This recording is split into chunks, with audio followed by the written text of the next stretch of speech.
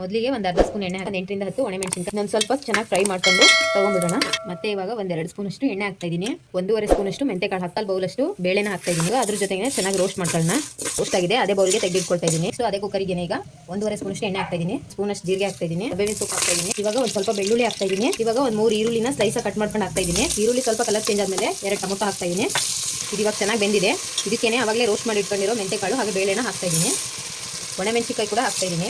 ಇದಕ್ಕೆ ಇವಾಗ 1.5 ಚಮಚಷ್ಟು ನೀರು ಹಾಕಿ ಅರ್ಧ ಸ್ಪೂನ್ ಅಷ್ಟು ಅರಿಶಿಣದ ಪುಡಿ, ಒಂದು ಸ್ವಲ್ಪ ಕೊತ್ತಂಬರಿ ಸೊಪ್ಪು. ಈಗ ಕುಕ್ಕರ್ನ ಮುಚ್ಚಿಬಿಟ್ಟು 2 ರಿಂದ 3 ವಿಜಲ್ ಕೂಗಿಸ್ಕೊಳ್ಳೋಣ.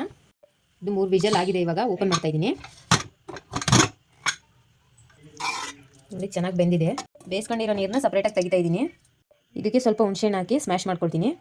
ಆವಾಗಲೇ ತೆಗೆದಿಟ್ಕೊಂಡಿರೋ ನೀರನ್ನ ಇದಕ್ಕೆ ಹಾಕ್ತಾ ಇದ್ದೀನಿ. ಇದನ್ನ ಇವಾಗ ಸ್ಮ್ಯಾಶ್ ಮಾಡ್ಕೊಂಡಾಗಿದೆ. ಕುಕ್ಕರಿಗೆ ಹಾಕ್ತಾ ಇದ್ದೀನಿ. ಈ ಸಾಂಬಾರು ತಿಕ್ಕಾಗಿದ್ರೇ ಚೆನ್ನಾಗಿರುತ್ತೆ. ಅದಕ್ಕೆ ನಾನು ಒಂದು ಅರ್ಧ ಚಮಚಷ್ಟು ಇದಕ್ಕೆ ನೀರು ಹಾಕಿ ಕುಕ್ಕರಿಗೆ ಹಾಕ್ತಾ ಇದ್ದೀನಿ. ಇದನ್ನ ಚೆನ್ನಾಗಿ ಮಿಕ್ಸ್ ಮಾಡ್ಕೊಂಡು 1 ಸ್ಪೂನ್ ಪುಡಿ ಉಪ್ಪು ಹಾಕ್ತಾ ಇದ್ದೀನಿ. ಸಾಂಬಾರು ತುಂಬ ಟೇಸ್ಟಿಯಾಗಿ ಬಂದಿದೆ.